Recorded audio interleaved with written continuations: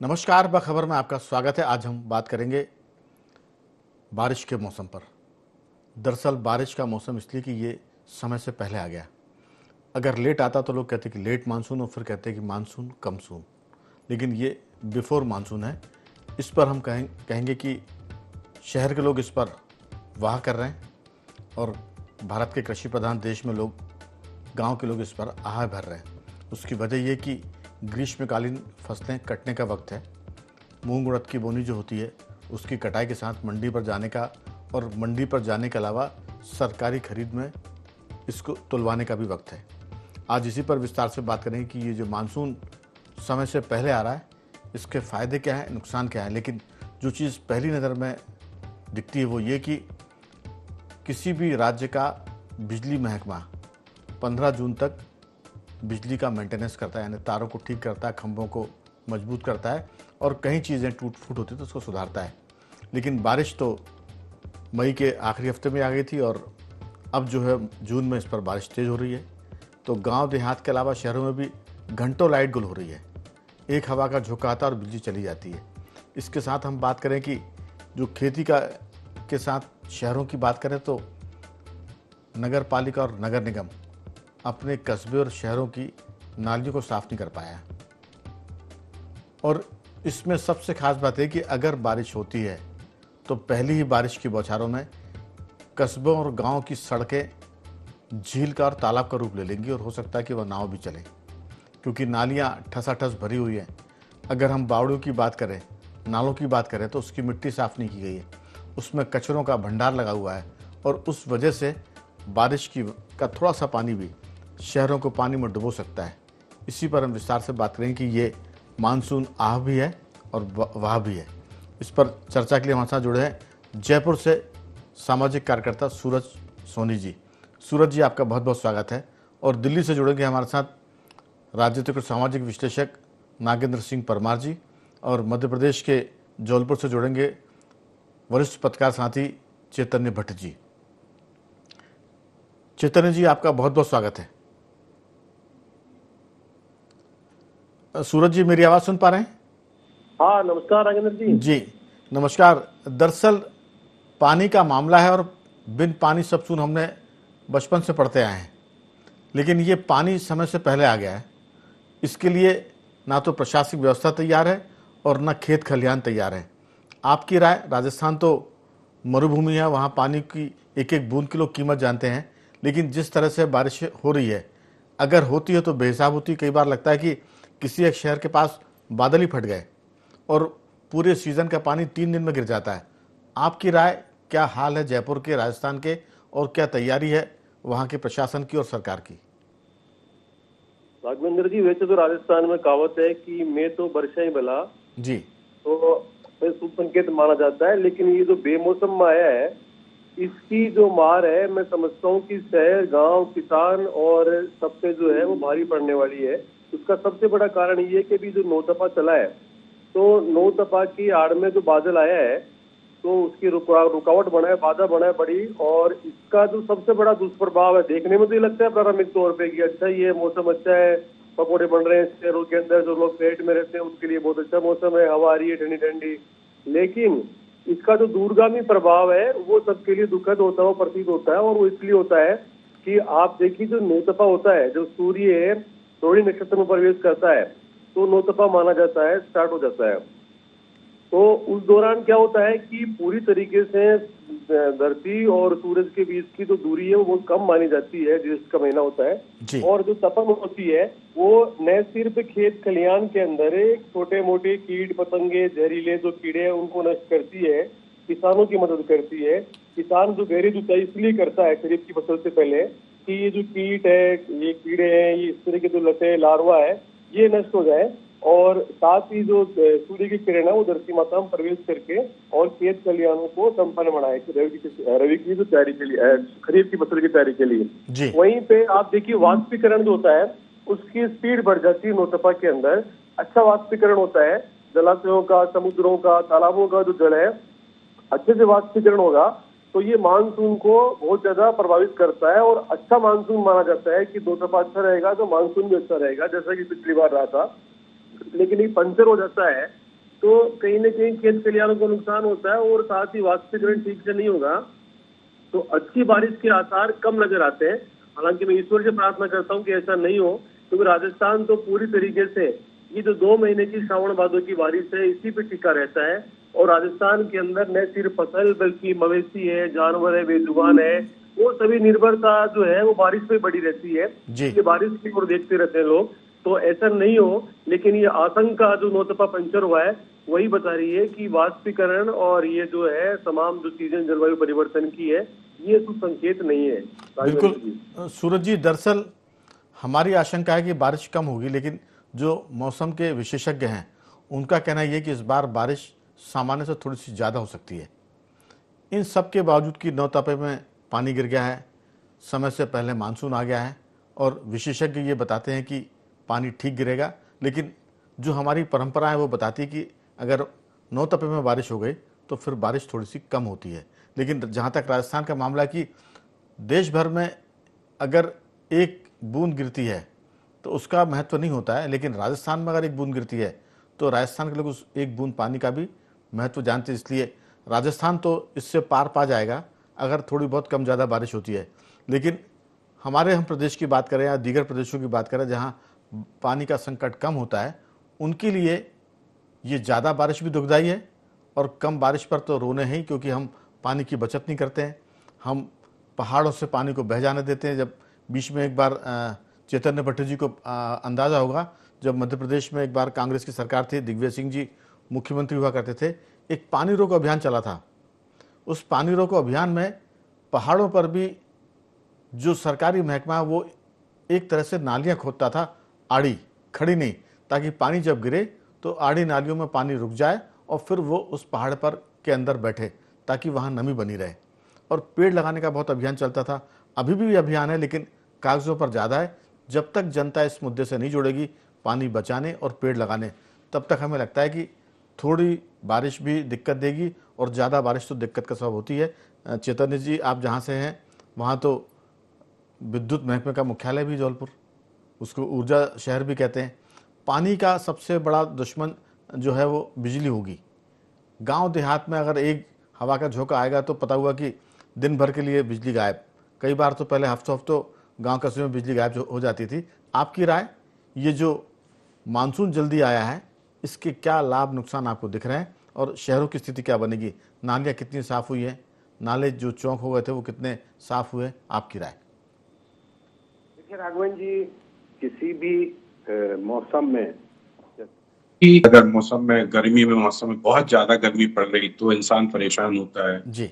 बरसात नहीं होती तो परेशान हो जाता, बरसात ज्यादा होती तो परेशान हो जाता है, ठंड ज्यादा पड़ रही तो दिक्कत होती है उसको, तो उसको किसी चीज में संतोष नहीं। बिल्कुल ठीक है। लेकिन ईश्वर ने और प्रकृति ने जो चीजें बनाई है कि बारिश भी होगी, ठंड भी आएगी, गर्मी भी आएगी। इस बार जैसा कि अभी हमारे वक्ता जी ने कहा कि जो नौतपा है इसमें पानी बरसा है और ये धारणा पानी बरसता है तो इसका मतलब है कि बारिश अच्छी नहीं होगी। लेकिन इससे उलट अगर हम देखेंगे तो जो मौसम विशेषज्ञ वो कह रहे हैं कि मानसून काफी अच्छा आएगा और ज्यादा बारिश होगी। लेकिन अब ज्यादा बारिश होगी तो उससे ठीक है कि शहरों में क्या स्थिति होगी, गांव में क्या स्थिति होगी। आप देखिए कि अभी बॉम्बे में ही थोड़ी सी बारिश में पूरा बॉम्बे डूब गया था, घुटने घुटने तक पानी था, जबकि बॉम्बे बहुत बड़ा और विकसित शहर माना जाता है। जी। उस पर्यटक जो है वो फंसे हुए हैं अरुणाचल में, मिजोरम में, आपके गोवा में, सिर्फ इसलिए कि वहां बारिश बहुत तेज हो गई है और उसके कारण जो सड़कें डूब गई हैं, लोग फंस गए हैं। तो ये हमेशा होता आया और हर साल हर शहर में, कोई ये एक शहर की समस्या नहीं है, हर शहर में ये कहा जाता है नगर निगम द्वारा कि हमने गर्मी में नालों की सफाई का ठेका दे दिया और नालों की सफाई हो गई है और इस बार शहर में पानी नहीं भरेगा। लेकिन ये सब जैसा हर साल लाखों रुपए के ठेके दिए जाते हैं, उसके बाद भी हर शहर डूबता है। दूसरी एक जो सबसे बड़ी समस्या है वो है पॉलीथीन की। आप किसी भी नाले की सफाई में अगर जाके अगर देखेंगे तो वहाँ हजारों लाखों की तादाद में पन्नी आपको मिल जाएगी। तो ये भी एक बहुत बड़ा संकट है। दूसरी बात, अगर पानी नहीं आता है तो भी एक परेशानी है, क्योंकि भूजल का स्तर जो है वो लगातार नीचे गिरता जा रहा है। वाटर हार्वेस्टिंग सिस्टम जो नगर निगम द्वारा प्रायोजित किया जाता है, लेकिन वो वाटर हार्वेस्टिंग सिस्टम मुझे लगता नहीं कि हर बड़े शहर में, हर बड़े बंगले में या घर में इस तरह की कोई व्यवस्था बनाई गई है। इसके लिए बहुत स्ट्रिक्ट आदेश होना चाहिए कि आप अगर घर बना रहे हो तो आपको वाटर हार्वेस्टिंग सिस्टम की बहुत आवश्यकता है।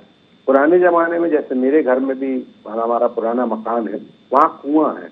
पुराने मकानों में जो कुआं होता था उसके कारण जो पानी का भूजल स्तर है वो बना रहता था। आज भी स्थिति ये है कि बरसात में ऊपर तक आ जाता है पानी। कुआं रहने से वहां पर आपको भूजल स्तर भी बढ़ा रहता है और पानी की दिक्कत भी नहीं जाती।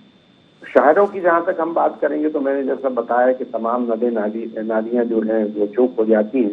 गाँव की तो और स्थिति खराब है कि जो गाँव नदियों नालों के किनारे हैं, नदियों के किनारे हैं, वहाँ की फसलें नष्ट हो जाती हैं, बहुत तेज बारिश आती है तो उनको भी एक परेशानी का सामना करना पड़ता है। फिर किसान तो पूरी तरह से प्रकृति पर निर्भर होता है। अगर बहुत बारिश हो गई तो उसकी फसल खराब हो जाती है, अगर कम बारिश होती है तो फसल सूख जाती है। तो ये तमाम चीजें जो हैं, इसके लिए कोई एक व्यापक रूप से कोई ऐसी योजना बनाई जानी चाहिए। अभी मैं आपको बताऊं, जबलपुर में हमारे यहाँ ओमती नाला सबसे बड़ा एशिया का नाला माना जाता था, लेकिन उसको सकरा कर दिया गया और ये बताया गया कि टेक्निकली ये बहुत अच्छा होगा। लेकिन आप देखिए कि जो चीज बहुत चौड़ी है, जिसमें से लगातार पानी बहता था, उसको अगर आपने सकरा कर दिया तो निश्चित तौर पर वो पानी कहाँ जाएगा? पानी निश्चित तौर बाहर आएगा, और बाहर आएगा तो सड़कों पे आएगा। तो ये जो तमाम तरह की जो टेक्नोलॉजी बताते हैं लोग, लेकिन ये तो एक साधारण सी बात है कि जितना अधिक चौड़ा होगा नाला उतना ज्यादा पानी का बहाव होगा।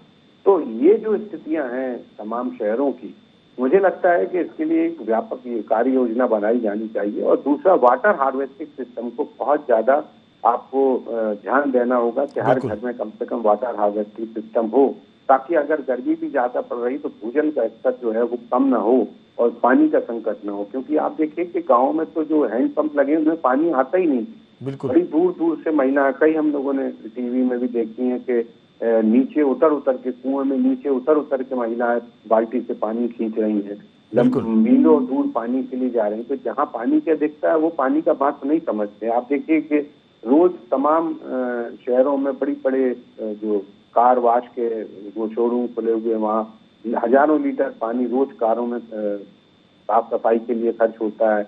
हम खुद स्कूटर घर में धोते हैं। तो ये पानी का एक जो बहुत बड़ा जो हम बर्बाद करते हैं पानी, जो आपने बताया कि दिग्विजय सिंह के जमाने में एक पानी बचाओ अभियान चलाया था, जैसे गाँव में पहले स्टॉप डैम बनाए जाते थे ताकि बारिश का पानी जो स्टॉप डैम में रुक जाए और जब बारिश खत्म हो जाए उस पानी का जो उपयोग है वो गांव वाले भी करते थे और जो मवेशी थे वो भी करते थे। लेकिन अब वो जो है स्टॉप डैम की भी स्थिति अब नहीं है, कोई स्टॉप डैम बनता नहीं है, कोई काम करने वाला नहीं है वहाँ पे, क्योंकि सबको मुफ्त में पैसा मिल रहा है। तो ये बहुत सी चीजें हैं जो और वहाँ जो आपने अपना एक जो दरअसल लगाया, बिल्कुल सही बात है। चैतन्य भट्ट भी है इसमें, वहाँ भी है जी। भट्ट साहब, दरअसल क्या है कि हम सारी मुसीबतों को आमंत्रित कर रहे हैं। जैसे आपने कहा कि वाटर हार्वेस्टिंग सरकार ने नियम बनाया, सरकारी भवनों में उसका पालन नहीं होता, जबकि सरकार अपने भवनों में जब उसका पालन करेगी तो वो एक तरह का उदाहरण प्रस्तुत करेगी, मिसाल पेश करेगी। बड़े शहरों से लेकर ग्राम पंचायत तक जो भवन बनते हैं, वाटर हार्वेस्टिंग का उसमें कहीं पता नहीं होता है। तो आम आदमी किससे प्रेरणा लेगा? सरकार जो नियम बनाती है वो सरकार खुद ही उसका पालन नहीं करती है। तो मुझे लगता है कि ग्राम पंचायत स्तर पर जो पंचायत भवन होते हैं, या हम तहसील स्तर की बात करें जहां एसडीएम या तहसील ऑफिस होता है, या जो कचहरी कोर्ट होती है, उनकी जो नई बिल्डिंगें बन रही है, जो पुरानी बिल्डिंगें भी हैं, उसमें अगर सरकार वाटर हार्वेस्टिंग का सिस्टम लगाए तो फिर जो वहाँ आने जाने वाले लोग हैं वो देखेंगे, नंबर एक।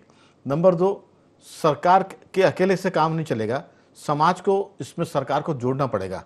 हमने देखा कि जो, मैं बहुत छोटा सा उदाहरण दे रहा हूँ कि जो अभियान चलाया था सरकार ने कि बाहर शौच ना किया जाए, उसके लिए सरकार का तंत्र और समाज के संगठन ने जब मिलकर काम किया तब उसमें सरकार को आशातीत सफलता मिली। मुझे लगता है कि पानी बचाने के मामले में सरकार को अपना आचरण ऐसा प्रस्तुत करना पड़ेगा कि लोग उससे प्रेरणा लें और उसके बाद सरकार समाज को जोड़े, और वो समाज को ग्राम पंचायत तक जोड़ने की बात है। हमारे साथ नागेंद्र जी है। नागेंद्र जी, दरअसल ग्रीष्मकालीन फसलों का ये वक्त है कटने का, उसमें मूंग उड़द ये तमाम फसलें, इसके बाद खरीफ की फसल की तैयारी शुरू हो जाएगी, लोग बोना शुरू कर देंगे, सोयाबीन है, धान है और ज्वार मक्का बाजरा इनकी तैयारी होगी। लेकिन अभी जो स्थिति है, ग्रीष्मकालीन फसलों पर संकट है, किसान के ऊपर ये एक नए किस्म का संकट है। शहरों के लोग पर नाले नालियाँ साफ़ नहीं हुए। बहुत बड़ा उदाहरण चैतन्य भट्ट जी ने कहा कि जबलपुर का एक जो सबसे बड़ा नाला था पूरे एशिया का, उसको सकड़ा कर दिया, चैनलाइज कर दिया है। जो नए किस्म के इंजीनियर आए हैं वो नालों को चैनलाइज कर रहे हैं, नदियों को भी कल के दिन वो उनके पार्ट छोटे कर देंगे। पानी का बहाव तो जब तेज होगा तो वो फिर सारे चैनल्स को तोड़कर बाहर निकलेगा। तो मुझे लगता है कि इस पर सबको मिलकर ध्यान देने की ज़रूरत है। मानसून अगर पहले भी आ रहा है तो हमको समझाने आ रहा है कि अगर आप पहले से अलर्ट नहीं रहेंगे तो मैं तुम्हारी बिजली गायब कर दूंगा, मैं नाले को जो चौक होगा उनसे बाहर निकल के पानी को मतलब बाढ़ की स्थिति पैदा कर दूंगा। तो हमें लगता है कि ये जो पहले मानसून आया है इससे हम सबक ले लें और सुधर जाएं। आपकी राय? राघवेंद्र जी, जी, ये जो जल्दी मानसून आया इसे प्रकृति का सरप्राइज कहें या प्रकृति की वार्निंग कहें, इस तरीके से हमें इसे समझने की जरूरत है। क्योंकि ये बात मात्र इतनी सी नहीं है कि अल नीनो या ला नीनो का प्रभाव है कि ये बारिश, ये मानसून है ये जल्दी आ रहा है और बारिश आ रही है। इससे इस पर ये भी हमें समझने की बहुत जरूरी बात है कि ये जलवायु परिवर्तन का असर भी है, ये ग्लोबल वार्मिंग भी है, जो हमें सिखा रही है और समझा रही है कि हमें प्रकृति की जल जंगल जमीन के बारे में अब सोचने का वक्त आ गया है। आपने ठीक कहा कि किसानों में ग्रीष्मकालीन फसलें जैसे मूंग वगैरह जिनकी देर से कटाई हुई है, उनके लिए, उन किसानों के लिए समय से पहले आया मानसून उन्हें वो तैयारी करने का वक्त नहीं देता जो उन्हें खरीफ की फसल के लिए जरूरी होती है करने के लिए। आज जहाँ गेहूं वगैरह की कटाई हो चुकी है, अगर वो खरीफ की फसल के लिए पहले आया मानसून उनके चेहरे पे खुशी ला देता है किसानों के, तो मानसून जब पूरा सत्र मानसून का जो दौर है वो नियमित अंतराल पे बारिश करते हुए, अच्छी बारिश होते हुए गुजर जाए, तब तो किसी के लिए है कि भाई कृषि उत्पादकता भी बढ़ेगी, जलाशयों में, पोखरों में, तालाबों में और आपका नदियों में पानी का प्रभाव बढ़ेगा, भूजल स्तर भी बढ़ेगा। लेकिन कुछ सालों से हमें ये भी तो देखने आ रहा है कि बारिश आती है तो अचानक से इतनी ज्यादा बारिश कुछ घंटों में बरस जाती है कि कई जगह तो बाढ़ जैसी स्थिति आ जाती है। जी, कुछ वर्ष पहले तक जब एक बारिश आया करती थी वो नागेंद्र जी, इसमें मैं एक चीज जोड़ूंगा। हमने सड़कें ऐसी बना दी है, सड़कों के जो शोल्डर होते हैं जिसपे पहले मुरम और गिट्टी डला करती थी, उसको भी हमने सीमेंट से पैक कर दिया है। सीमेंटेड रोड हमने बना दी है और ये सीमेंटेड रोड की बीमारी शहरों से लेकर गांव तक है। गांव के गली कूचे भी सीमेंट से पाट दिए गए हैं। तो बारिश का पानी पहले जो जमीन में बैठता था उससे वाटर लेवल रिचार्ज होता था और पानी ऊपर आता था। अब हमने ऐसी व्यवस्था कर दी कि धरती नीचे से सूखी रहेगी, ऊपर से पानी बहेगा और बाढ़ से हम पीड़ित होंगे, उसके बाद हम सूखे के शिकार हो जाएंगे। नागेंद्र जी? जी बिल्कुल ठीक कहा आपने। अधिकांश शहरों की मैं बात करूं जिनमें तो कुछ तो वेल प्लान्ड भी है, उनकी भी स्थिति तो अब ये है कि मानसून की बारिश में थोड़ी अधिक बारिश के साथ ही उन शहरों में बाढ़ जैसी स्थिति या पानी की अधिकता के चलते निचले क्षेत्रों में डूबने जैसी स्थिति या पानी की अधिकता हो जाती है। क्योंकि आपने ठीक कहा कि हमने प्रकृति के जो प्राकृतिक जंगल थे उनको काट के हमने कंक्रीट के जंगल पैदा कर दिए ज्यादातर शहरों के रूप में। उनकी प्लानिंग पता नहीं किस तरीके से हुई है, लेकिन इसीलिए शहरों में इस मायने में तो लोगों को अच्छा लगता है कि लॉन्ग ड्राइव की गाड़ी लेके निकल जाओ बारिश का मजा लेते हुए, लेकिन वस्तु स्थिति में वास्तविकता ये रहती है कि शहरों में थोड़ी सी ज्यादा ही बारिश आफत की बारिश सिद्ध होती है। और आप वाली बात है कि थोड़ी सी तेज हवाओं के साथ आई बारिश में फिर वो बिजली के कट लगना, फिर वो पानी की अधिकता के चलते मच्छर की चीजों का और चीजों का पनपना, बीमारियों का को न्योता देना, ये अलग तरह की चीज है ही। इन सब में सबसे ज्यादा जरूरी बात जो मैं समझता हूँ निजी तौर पे राघवेंद्र जी, वो ये है कि हमें ये समझना होगा कि ग्लोबल वार्मिंग और जलवायु परिवर्तन के चलते किस तरीके से हम प्रकृति के साथ सामंजस्य नहीं बैठा पा रहे हैं और उसके साथ उस पे हमें काम करना बहुत जरूरी है। बिल्कुल। अब समय आ गया है कि हम पेड़ पौधे लगाएं, हम प्रकृति का महत्व समझें और उसके अनुरूप उसके साथ साझेदार होकर, जैसे मैंने पहले भी कहा अपने वक्तव्य में आपसे पहले वाले शो में भी, कि हमें प्रकृति की पूजा करने की जरूरत है, उनकी उपासना करने की जरूरत है। नागेंद्र जी, देवी देवता की तरह मान के, आराध्य मान के उनका अनुसरण करने की जरूरत है, ना कि अनाधुनिकीकरण के, आधुनिकता के चक्कर में हम सिर्फ अपने गमलों में पौधे उगा के। नागेंद्र जी, दरअसल सारा मामला इसका कि हम बहुत लिख पढ़ रहे हैं, लेकिन हमको धरती पर रहना नहीं आ पा रहा है। हम शहर में कैसे रहें, गांव में कैसे रहें। ये सबसे खास बात मैं बार बार राजस्थान पर जोर देता हूं कि देश में राजस्थान अपने आप में एक उदाहरण है हर तरह की चीज़ों के लिए। रेगिस्तान को वहाँ के लोगों ने, कई ऐसे इलाके जो हरे भरे हो गए, उन्होंने पेड़ भी लगाया और पेड़ों को बचाया भी है। पानी को तो वो बचाते ही हैं। वहाँ तो पहले कई साल बारिश नहीं होती थी, 3-3, 4-4 साल में पानी गिरता था। सूरज जी इसको बेहतर बताएंगे। हमको सूरज जी पेड़ तो लगाने ही हैं, पानी को बचाना भी है, और अगर ये कर पाएंगे तो फिर हम अगली जनरेशन को हरियाली भी देकर जाएंगे और पानी भी उनको पर्याप्त देकर जाएंगे। नहीं तो इस धरती से पानी भी खत्म होगा और हरियाली भी खत्म होगी। हालात बहुत संकटपूर्ण है। समाज को सबको जागने की जरूरत है। आपकी छोटी टिप्पणी। राघवेंद्र जी, जल प्रबंधन और जल को बचाने का जो विषय है, राजस्थान से बेहतर तो कौन समझ सकता है इसको। मैंने जो अपने बचपन से ही जल प्रबंधन देखा है राजस्थान में, गाँव में, ये तो पूरा कल्चर में, हमारी संस्कृति के अंदर, संस्कारों में आ जाता है। और पानी का जो महत्व है, आप ऐसे समझ सकते हैं कि बारिश का जो पानी पश्चिमी राजस्थान के अंदर पेयजल के रूप में सिर्फ बारिश का पानी काम आता था, क्योंकि दरअसली जो जल था वो खारा होता था, कठोर होता था। इसके चलते हुए बड़े बड़े कुंड और टांके बने हुए आज भी राजस्थान के अंदर, उनका उपयोग गाँव के अंदर होता है।